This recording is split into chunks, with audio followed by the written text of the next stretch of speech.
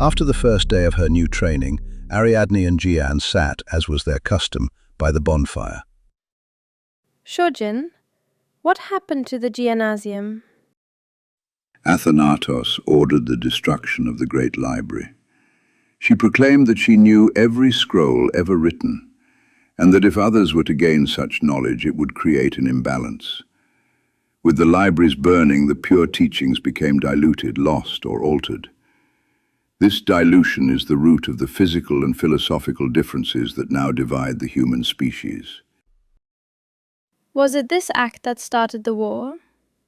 To understand the war, you must first know the players and their hearts. You must know the three. Gaia created the All-Fathers.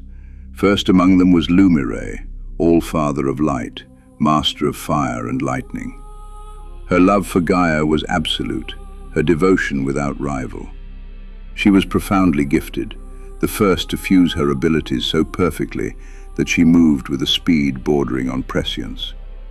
She was adored by her followers, cherished by Gaia as a favored daughter. She was discipline incarnate, unwavering in her service. Yet, at Gaia's death, weakened from her sacrifice to save Dominus, Lumire confronted the newly ascended Athanatos. She was defeated, devoured, and her essence was alchemized by the life equation. Devoured? One does not simply become an All-Father. Their essence must be absorbed, their very flesh consumed while the spark of life still flickers to inherit their power. Thus, Athanatos stole the mantle of light. Then there was Levin, the All-Father of life, master of air and earth. His was an inquisitive mind, endlessly fascinated by Gaia's creation. He used his gifts not just to nurture life, but to shape it. In secret, he modeled a being in Gaia's own likeness, the first woman, Athena Gynaika.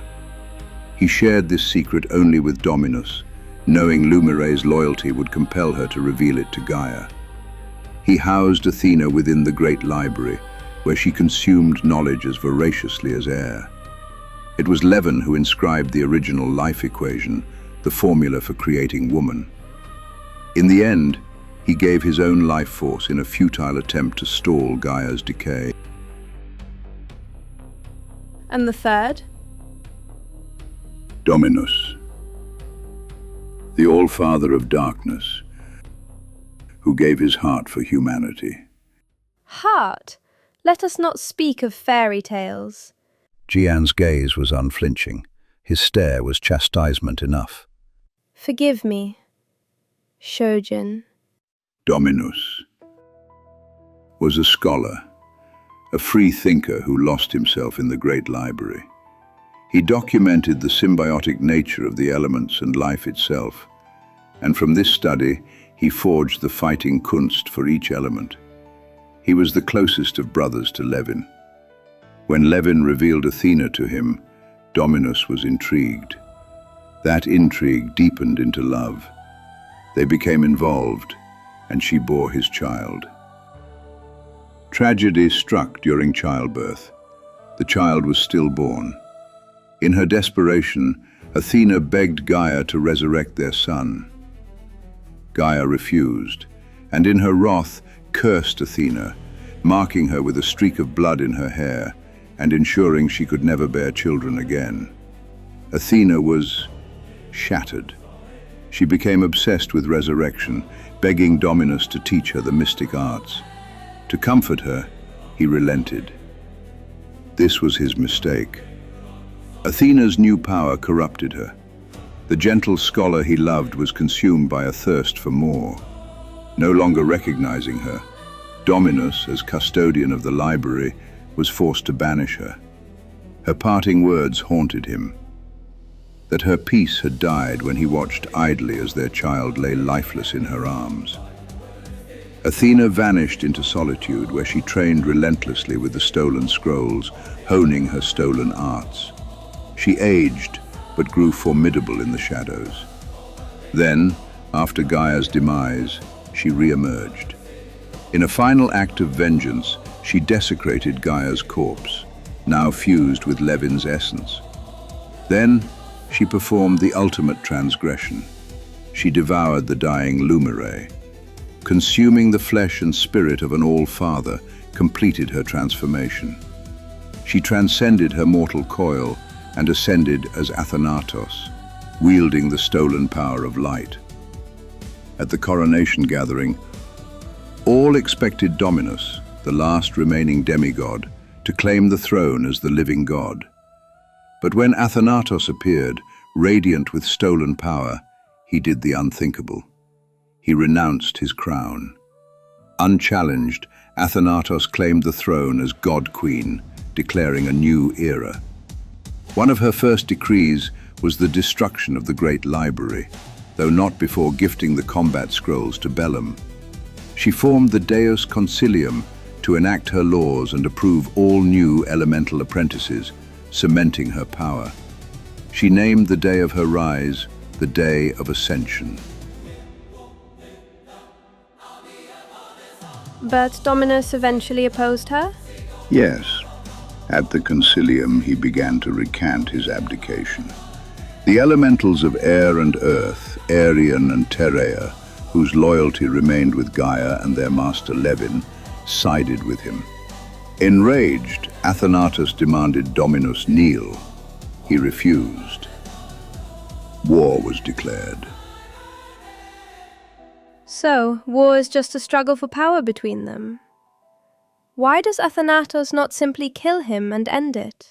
Because Dominus is still seen by many as the true living God, the one who sacrificed his heart for humanity. To make a martyr of him would only swell the ranks of his rebellion.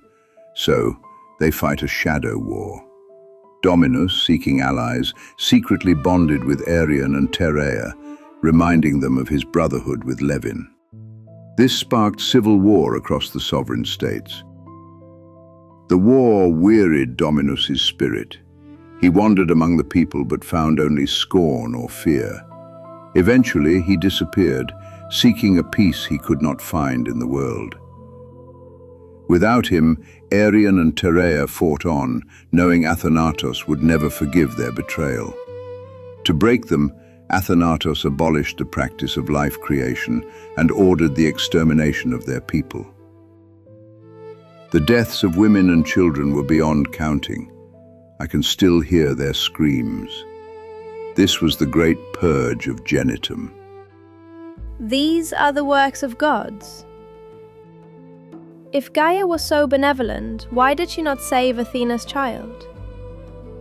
Gaia ruled with a hard justice. When Athena, an abomination in her eyes, pleaded for her child's life, Gaia was enraged. She told Athena resurrection was impossible. Only a transfer of life was possible. She gave the grieving mother a cruel choice, the child's life for Dominus's life. Athena chose Dominus. Thereafter, Gaia renounced Athena's existence. To restore balance, she struck her, marking her as cursed and stripping her of the womb that had borne the abomination. Dominus watched the one he had always admired and saw a tyrant. In his sorrow, he cradled his stillborn son, and from his grief fell the first rains this world had ever known. And what of Dominus's heart, Shojin? The fairy tale? It is no tale. To contain the cataclysm within Gaia, Dominus housed a black hole, Buraku Horu, within his own chest.